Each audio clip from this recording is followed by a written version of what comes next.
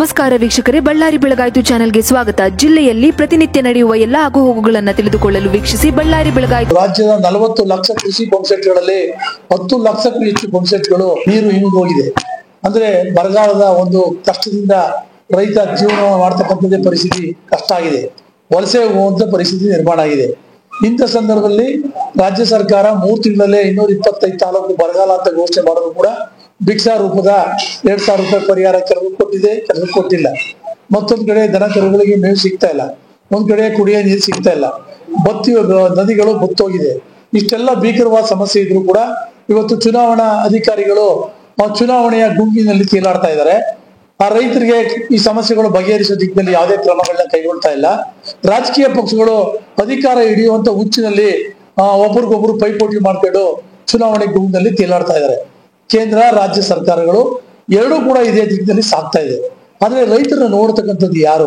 ಅದರಿಂದ ರೈತರಿಗೆ ನಾನು ಕರೆ ಕೊಡ್ತಾ ಇದ್ದೀನಿ, ಹಳ್ಳಿಗಳಿಗೆ ಚುನಾವಣಾ ಪ್ರಚಾರಕ್ಕೆ ಬಂದಂತ ಎಲ್ಲ ರಾಜಕೀಯ ಪಕ್ಷದ ಮುಖಂಡರಿಗೆ ಚೀಮಾರಿ ಹಾಕ್ಬೇಕು.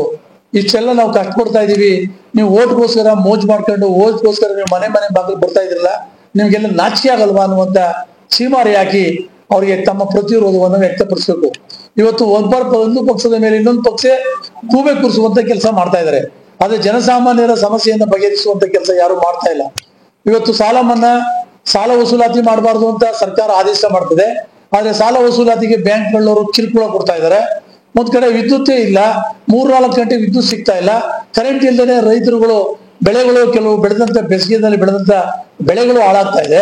ಇಷ್ಟೆಲ್ಲ ಸಂಕಷ್ಟ ಪಡ್ತಾ ಇದ್ರು ಕೂಡ ಸರ್ಕಾರಗಳು ಬಹಳ ನಿರ್ಲಕ್ಷ್ಯತನ ತೋರ್ತಾ ಇದೆ. ಇದು ಒಂದು ರೀತಿ ಸಮಸ್ಯೆ. ದೆಹಲಿನಲ್ಲಿ ಕನಿಷ್ಠ ಬೆಂಬಲ ಬೆಲೆ ಖಾತರಿ ಕಾನೂನು ಮಾಡಿ ಅಂತ ಹೋರಾಟ ಮಾಡ್ತಾ ಇದ್ದಾರೆ. ಪ್ರಧಾನಿ ಮಧ್ಯಪ್ರವೇಶ ಮಾಡಿ ನಾನು ಸಮಸ್ಯೆ ಬಗೆಹರಿಸ್ತೀನಿ ಅಂತ ಹೇಳಿ 1 ವರ್ಷ ಆದ್ರೂ ಕೂಡ ಬಗೆಹರಿಸಿಲ್ವಲ್ಲ ಅಂತ ಹೇಳಿ ದೆಹಲಿ ರೈತರು ಮತ್ತೆ ಹೋರಾಟಕ್ಕೆ ಹಿಡಿದ್ರೆ ಅವ್ರ ಮೇಲೆ ಗೋಲಿಬಾರ್ ಮಾಡಿ ಸುಭಕರಣ್ ಸಿಂಗ್ ಅನ್ನುವಂತ ಒಬ್ಬ ರೈತನ ಕೊಲೆ ಮಾಡುವಂತ ಕೆಲಸವನ್ನ ಕೇಂದ್ರ ಸರ್ಕಾರ ಮಾಡ್ತದೆ. ಈ ರೀತಿಯಾಗಿ ರಾಜ್ಯ ಕೇಂದ್ರ ಸರ್ಕಾರಗಳು ನಿಜವಾಗ್ಲೂ ಕೂಡ ಜನಸೇವೆ ಮಾಡುವಂತ ರಾಜಕೀಯ ಪಕ್ಷಗಳು ಜನರನ್ನ ನಾಶ ಮಾಡುವಂತ ಕೆಲಸ ಮಾಡ್ತಾ ಇದೆ. 70% ಇರ್ತಕ್ಕಂಥ ರೈತರ ದೇಶದಲ್ಲಿ ರೈತರ ಬೆನ್ನೆಲುಬನ್ನ ಮುರಿಯುವಂತ ಕೆಲಸವನ್ನ ಎಲ್ಲ ರಾಜಕೀಯ ಪಕ್ಷಗಳು ಮಾಡ್ತಾ ಇದೆ. ಈ ಹಿನ್ನೆಲೆಯಲ್ಲಿ ರೈತರು ಹಳ್ಳಿಗಳಲ್ಲಿ ಚೀಮಾರಿ ಸ್ವಾಗತವನ್ನ ಮಾಡಿ ರೈತರ ಸಮಸ್ಯೆಯನ್ನ ಅರಿವು ಮೂಡಿಸಬೇಕು ಅನ್ನುವಂತ ಕಾರ್ಯಕ್ರಮವನ್ನು ಮಾಡ್ತಾ ಇದ್ದೀವಿ.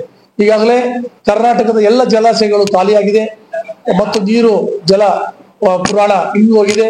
ಆ ಹಿನ್ನೆಲೆಯಲ್ಲಿ ಮುಂದಿನ ದಿನಗಳಲ್ಲಿ ಕೃಷಿ ಉಳಿಬೇಕಾದ್ರೆ ರೈತಾಪಿ ವರ್ಗ ಸಂಘಟಿತವಾಗಿ ನಿಮ್ಮ ಹಳ್ಳಿಯಲ್ಲಿರ್ತಕ್ಕಂಥ ಕೆರೆ ಕಟ್ಟೆಗಳ ಹೂಳೆಚ್ಚಿ ಪುನರ್ಜೀವನವನ್ನಗೊಳಿಸಿ ಆ ನೀರು ಸಂಗ್ರಹ ಆಗುವಂತ ಸಾಮರ್ಥ್ಯವನ್ನ ಉಂಟು ಮಾಡಿದ್ರೆ ಏನು ಬಾವಿಗಳಲ್ಲಿ ಜಲ ಸಂಗ್ರಹ ಕಡಿಮೆ ಆಗ್ತಾ ಇದೆ, ಅದು ಉಳಿಲಿಕ್ಕೆ ಅನುಕೂಲ ಆಗ್ತದೆ.